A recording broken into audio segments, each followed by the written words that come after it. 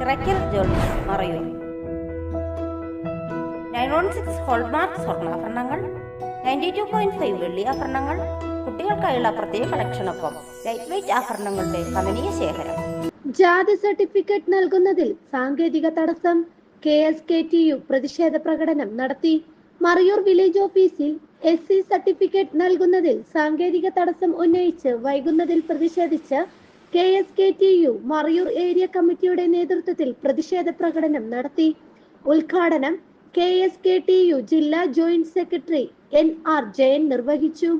ഏറ്റവും കൂടുതൽ പിന്നോക്ക വിഭാഗക്കാർ ഉള്ള മറയൂർ മേഖലയിൽ വിദ്യാഭ്യാസ ആവശ്യത്തിനും മറ്റുമായി ജാതി സർട്ടിഫിക്കറ്റിനായി വില്ലേജ് ഓഫീസിനെ സമീപിക്കുമ്പോൾ 50 വർഷം മുമ്പുള്ള രേഖകൾ ആവശ്യപ്പെടുന്നതായും അകാരണങ്ങളാൽ നൽകുന്നതിന് വൈകിപ്പിക്കുന്നതായും ആരോപിച്ചാണ് പ്രതിഷേധം.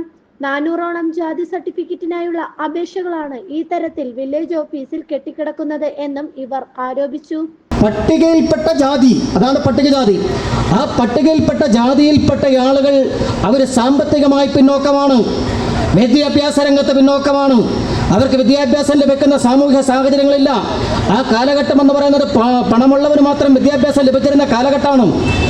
അപ്പം അങ്ങനെ വന്നു കഴിഞ്ഞപ്പോൾ ഒരു സംവരണത്തിൻ്റെ ആനുകൂല്യം നൽകി ഇവർക്ക് ഗ്രാൻറ്റുകൾ കൊടുത്തുകൊണ്ട് ഇവർക്ക് മറ്റു ചില സഹായങ്ങൾ നൽകിക്കൊണ്ട് ഈ ജനവിഭാഗത്തെ സമൂഹത്തിൻ്റെ ഉന്നതിയിലേക്ക് ഉയർത്തിക്കൊണ്ടുവരുന്നതിൻ്റെ ഭാഗമായിട്ടാണ് നമ്മൾ സംവരണം ഏർപ്പാട് ചെയ്തത്.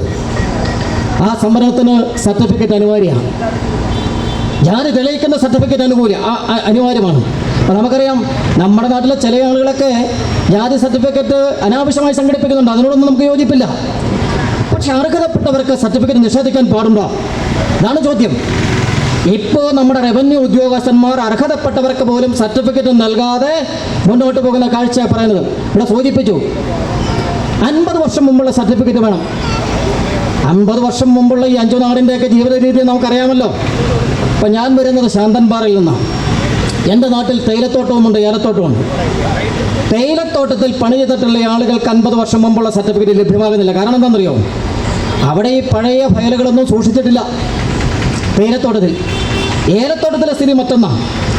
ഏലത്തോട്ടത്തിൽ 50 വർഷം പോയിട്ട് 10 വർഷം മുമ്പുള്ളൊരു ഫയൽ ചോദിച്ചാൽ എടുക്കാൻ പോലും ഏലത്തോട്ടങ്ങളിലില്ല. എന്നെ അവരവിടെ പോയി എടുക്കും? എങ്ങനെ കിട്ടും? അന്വേഷിച്ച് അർഹതപ്പെട്ടവർക്ക് കൊടുക്കേണ്ടേ?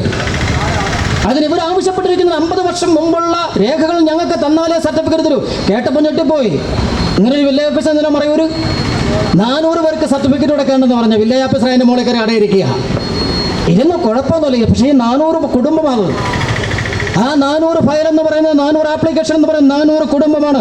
ആ 400 കുടുംബത്തിൻ്റെ ശാപമേറ്റാൽ പറയേണ്ടതില്ലല്ലോ ബാക്കി.